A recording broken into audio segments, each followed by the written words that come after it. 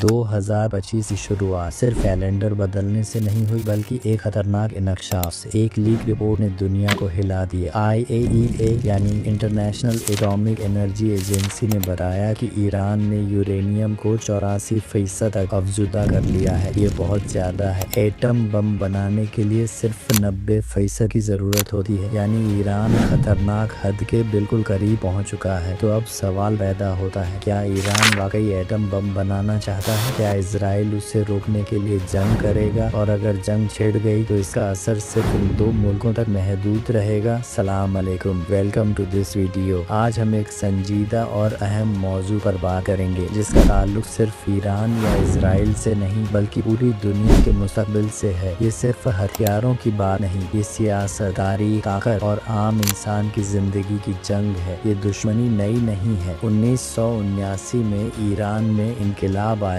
Iran की हुकूमत बदल गई और एक मजहबी निज़ाम कायम हो गया। उसी वक्त से ईरान ने इजराइल को नाजायज रियासत कहना शुरू किया और इजराइल ने ईरान को सबसे बड़ा खतरा मान लिया। तब से आज तक दोनों एक दूसरे के खिलाफ लड़ते आ रहे हैं, बराह रास्त नहीं लेकिन प्रॉक्सी ग्रुप्स और खुफिया हमलों के जरिए। ईरान हिजबुल्लाह, हमास और दूसरे ग्रुप्स की मदद करता है। इजराइल उन ग्रुप्स पर हमले करता है, खास तौर पर शाम और गजा में। ईरान कई सालों से कहता है कि उसका न्यूक्लियर प्रोग्राम पुरअमन है, लेकिन हकीकत ये है कि वो यूरेनियम को बहुत ज्यादा मिकदार में अफजुदा कर रहा है। 2015 में ईरान ने एक मुआहदा किया था कि वो यूरेनियम सिर्फ 3.67% तक अफजुदा करेगा, लेकिन जब 2018 में अमेरिका ने ये मुआहदा छोड़ दिया तो अब 2025 में ईरान 84% पहुंच चुका है। ये बम बनाने के बहुत करीब है। ईरान कहता है हम सिर्फ बिजली बनाने के लिए ये सब कर रहे हैं,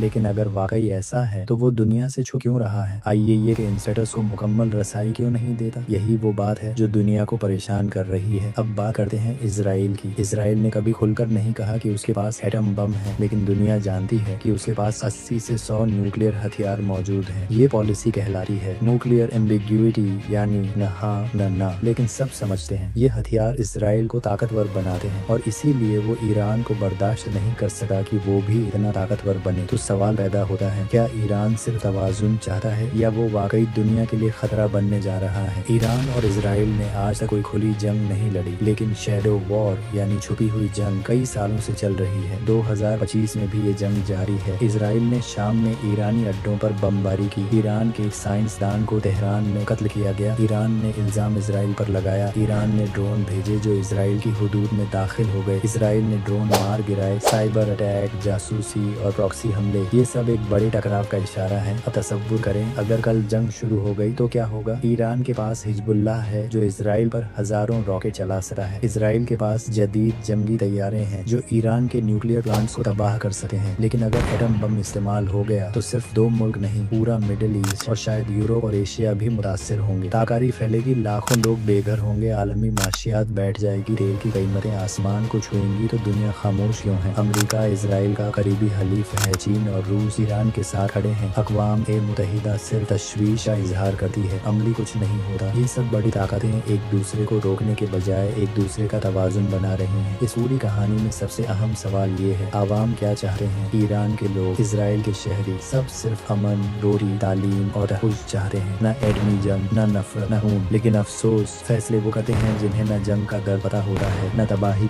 2025 में ये जंग मिसाइलों से नहीं बल्कि जहन और इरादों से लड़ी जा रही है। कुछ कंप्यूटर की स्क्रीन पर, कुछ बंद कमरों में और कुछ मीडिया के शोर में। लेकिन याद रखें, खामोश जंग अक्सर सबसे खतरनाक होती है और अगर हमने होश न किया तो इसकी कीमत हम सब चुकानी पड़ेगी।